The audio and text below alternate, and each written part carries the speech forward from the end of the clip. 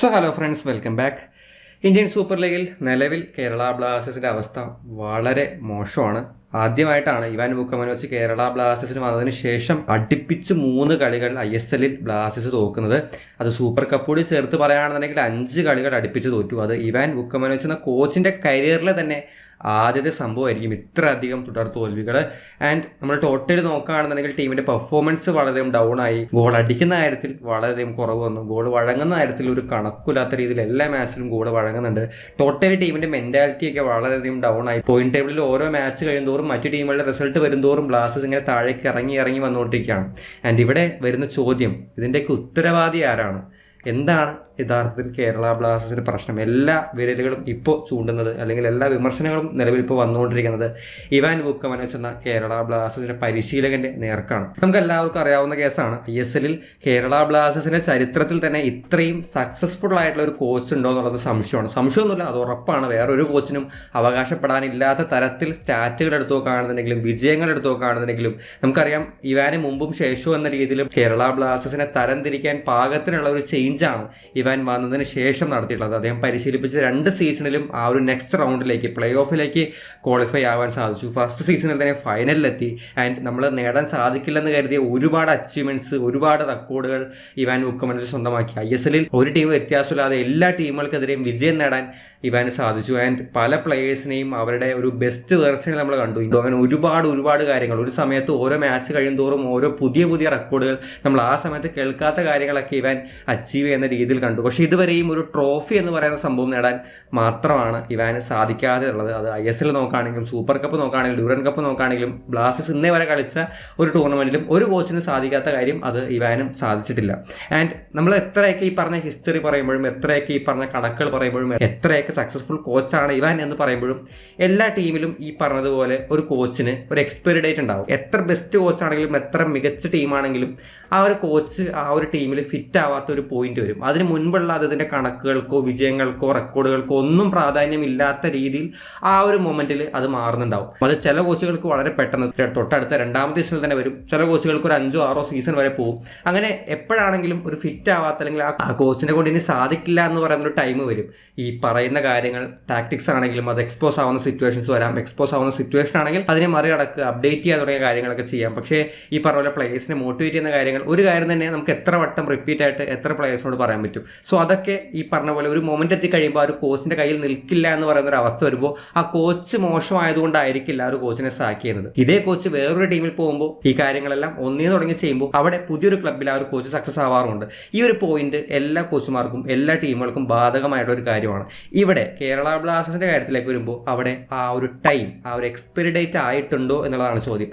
എന്നോട് ചോദിക്കുകയാണെന്നുണ്ടെങ്കിൽ, വ്യക്തിപരമായിട്ട് ഞാൻ പറയുകയാണെന്നുണ്ടെങ്കിൽ ആ ഒരു ചോദ്യത്തിനുള്ള ഉത്തരം, എൻ്റെ ഉത്തരം നോ എന്ന് തന്നെയാണ്. കാരണം നമ്മൾ നോക്കുകയാണെങ്കിൽ ഇവാൻ്റെ അല്ലെങ്കിൽ കേരള ബ്ലാസ്റ്റേഴ്സിൻ്റെ ഇപ്പോഴത്തെ ഒരു അവസ്ഥയ്ക്ക് കാരണം ഇവാൻ വുക്കമനോവിച്ച് മാത്രമാണ് എന്ന് ഒരു തരത്തിലും എനിക്ക് പറയാൻ സാധിക്കില്ല. കാരണം നമ്മളിപ്പോൾ ജസ്റ്റ് ഒന്ന് ISL അല്ലെങ്കിൽ മറ്റു ടൂർണമെൻ്റൊക്കെ നോക്കുകയാണെങ്കിൽ ഇവാൻ വുക്കമനോവിച്ചിൻ്റെ കേരള ബ്ലാസ്റ്റേഴ്സിലെ 3 വർഷം എടുത്താൽ എത്ര മാച്ചുകൾ അദ്ദേഹത്തിന് ഒരു ഫുൾ സ്ക്വാഡായിട്ട് സൈൻ ചെയ്യപ്പെട്ടിട്ടുള്ള അവൈലബിൾ ആയിട്ടുള്ള പ്ലേയേഴ്സിനെ വെച്ച് എത്ര മാച്ചുകൾ അതിന് കളിക്കാൻ സാധിച്ചിട്ടുണ്ട്. ഈ 3 വർഷം എടുത്ത് നോക്കുമ്പോഴും എല്ലാ സീസണിലും, കഴിഞ്ഞ സീസൺ ആണെങ്കിലും അതിന് മുൻപുള്ള സീസൺ ആണെങ്കിലും ഇഞ്ചുറീസിൻ്റെ കാര്യത്തിൽ യാതൊരു വിധത്തിലുള്ള കുറവ് വന്നിട്ടില്ല. അത് ബ്ലാസ്റ്റേഴ്സിൻ്റെ കാര്യത്തിൽ മാത്രമല്ല, എല്ലാ ടീമുകൾക്കും ഇഞ്ചുറി എന്ന് പറയുന്ന കാര്യം അത് ഒഴിച്ചുകൂടാൻ പറ്റാത്തൊരു കാര്യമാണ്. അത് ഗ്രൗണ്ടിനകത്തും ട്രെയിനിങ്ങിന്റെ സമയത്തൊക്കെ പ്ലേയേഴ്സിന് ഇഞ്ചുറി വരും. നമുക്കത് പിടിച്ചു നിർത്താനോ അല്ലെങ്കിൽ അതിന് വേണ്ടിയിട്ടുള്ള കാര്യങ്ങളൊക്കെ ചെയ്യാന്നല്ലാതെ അത് പൂർണ്ണമായിട്ട് ഒഴിവാക്കാൻ പറ്റില്ല. പക്ഷേ ഇവിടെ ഈ ഒരു 3 വർഷത്തെ ചരിത്രം എടുത്ത് നോക്കുമ്പോൾ ഫസ്റ്റ് സീസണിൽ മാത്രമാണ് നമുക്ക് മെയിൻ പ്ലേയേഴ്സിന്, കീ പ്ലേയേഴ്സിന് ഇഞ്ചുറി പറ്റാതെ ഇരുന്നിട്ടുള്ളത്. ബാക്കി 2 സീസണിലും, ഈ സീസണിൽ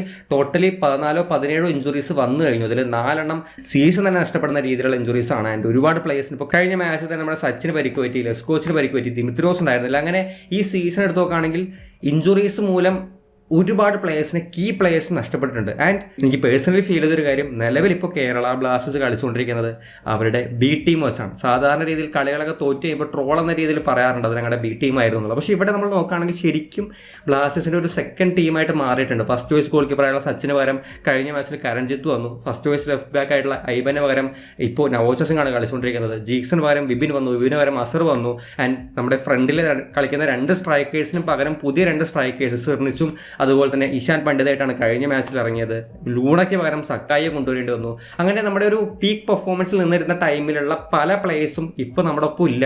അതൊരു യാഥാർത്ഥ്യമാണ്, അതൊരു റിയാലിറ്റിയാണ്. നമ്മൾ നോക്കുകയാണെങ്കിൽ വലിയ രീതിയിൽ ബെഞ്ച് സ്ട്രെങ്ത് ഉള്ള ഒരു ടീമായിട്ട് ഒരു സീസണിലും ബ്ലാസ്റ്റേഴ്സിനെ പറയാൻ പറ്റിയിട്ടില്ല. ഈ സീസണിലേക്ക് നോക്കുകയാണെങ്കിലും ഇപ്പോൾ വന്ന് ഈ പറഞ്ഞ പോലെ ഇത്രയും ഇഞ്ചുറീസ് വരുമ്പോഴും പെർഫോമൻസ് അത് ബാധിക്കാതെ പോയിന്റ് ടേബിളിൽ ഇത്രയും മുകളിൽ നിൽക്കുന്നുണ്ടെങ്കിൽ അതൊരിക്കലും അത്രയും സ്ട്രോങ് ആയിട്ടുള്ള ബാക്കപ്പ് പ്ലേയേഴ്സ് ഉണ്ടായതുകൊണ്ടല്ല. ആ വരുന്ന ബാക്കപ്പ് പ്ലേയേഴ്സിന്റെ പെർഫോമൻസ് അവരെ വളർത്തിയെടുത്ത് കൊണ്ടുവന്ന് അവരുടെ പെർഫോമൻസ് ഊറ്റിയെടുത്തിട്ടാണ്. അല്ലെങ്കിൽ ഇപ്പോൾ ബിബിന് നോക്കുകയാണെങ്കിലും അസറിനെ നോക്കുകയാണെങ്കിലും ഇപ്പോൾ നവോച്ച സിംഗിനെ നോക്കുകയാണെങ്കിലും അവർക്ക് ഈ പറഞ്ഞതുപോലെ നമുക്കൊരു സ്ട്രെങ്ത് ഉള്ള ബെഞ്ചായിട്ടോ അല്ലെങ്കിൽ ഈ പറഞ്ഞ പോലെ ഒരു ഫസ്റ്റ് ചോയ്സ് ആയിട്ട് വെക്കാൻ പറ്റുന്ന ടൈപ്പ് പ്ലേയേഴ്സ് ആയിരുന്നില്ല.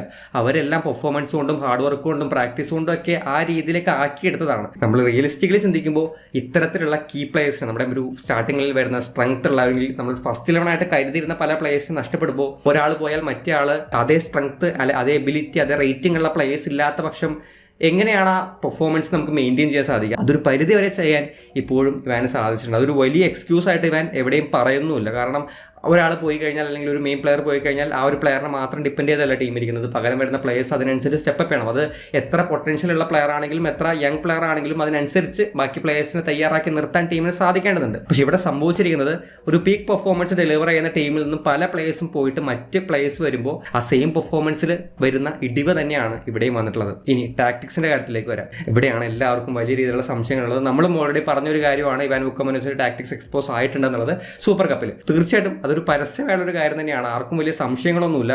കാരണം ബ്ലാസ്റ്റേഴ്സ് കഴിഞ്ഞ മാച്ചുകളിൽ അല്ലെങ്കിൽ ഇതിന് മുൻപ് ISL വർക്ക് ചെയ്തിട്ടുള്ള അല്ലെങ്കിൽ ചെയ്ത് എക്സിക്യൂട്ട് ചെയ്തിട്ടുള്ള പല കാര്യങ്ങളും നിലവിൽ അവർക്ക് സാധിക്കുന്നില്ല. അത് അറ്റാക്കിങ്ങിന്റെ കേസിലാണെങ്കിലും ഡിഫെൻഡിങ്ങിന്റെ കേസിലാണെങ്കിലും ആ സമയത്ത് വർക്കായ ടാക്ടിക്സ് ഒന്നും ഇപ്പോൾ വർക്കാവുന്നില്ല എന്നുള്ളത് നമ്മൾ നേരിട്ട് കണ്ടുകൊണ്ടിരിക്കുന്ന കാര്യമാണ്. ആൻഡ് പ്ലാൻ ബി അല്ലെങ്കിൽ മറ്റൊരു പ്ലാനിലേക്കുള്ള മാറ്റം, ഫോർമേഷൻ ചേഞ്ച്, അങ്ങനെയുള്ള ഒരുപാട് കാര്യങ്ങളും ഉയർന്നു കേൾക്കുന്നുണ്ട്. പക്ഷെ ഇവിടെയൊക്കെയും പറയാനുള്ളൊരു കാര്യം നേരത്തെ പറഞ്ഞ അതേ സംഭവം തന്നെയാണ്. ഈ പറഞ്ഞ കീ പ്ലേയേഴ്സ് അല്ലെങ്കിൽ മെയിൻ പ്ലേയേഴ്സ് നഷ്ടപ്പെടുമ്പോൾ എങ്ങനെയാണ് നമുക്ക് ആ ഒരു ടാക്ടിക്സ് മെയിൻറ്റെയിൻ ചെയ്യാൻ സാധിക്കുക? അല്ലെങ്കിൽ പകരം വരുന്ന പ്ലേയേഴ്സിനെ ആ ഒരു ലെവലില്ലെങ്കിൽ അല്ലെങ്കിൽ ആ ഒരു സംഭവം കീപ്പ് ചെയ്യാൻ സാധിച്ചില്ലെങ്കിൽ ഓട്ടോമാറ്റിക്കലി ഡൗൺ ആവും. അല്ലെങ്കിൽ ഓട്ടോമാറ്റിക്കലി ആ ടാക്ടിക്സ് അതുപോലെ വർക്ക് ആവണമെന്നില്ല. അല്ലെങ്കിൽ അതിൻ്റെ ഒരു മൂർച്ച കുറയും, സ്ട്രെങ്ത് കുറയും. ആൻഡ് ഈ പറഞ്ഞ പോലെ ടാക്ടിക്സ് എക്സ്പോസ് ആയി എല്ലാവരും പറയുന്നുണ്ട് മറ്റൊരു ഫോർമേഷൻ ട്രൈ ചെയ്യണം, ഈ പറഞ്ഞ പോലെ പ്ലേയേഴ്സിൻ്റെ റോളുകൾ മാറ്റണം. പക്ഷെ അതിനുള്ള റിസോഴ്സസ് നിലവിൽ ഇപ്പോൾ ഇവൻ്റെ കയ്യിലുണ്ടോ?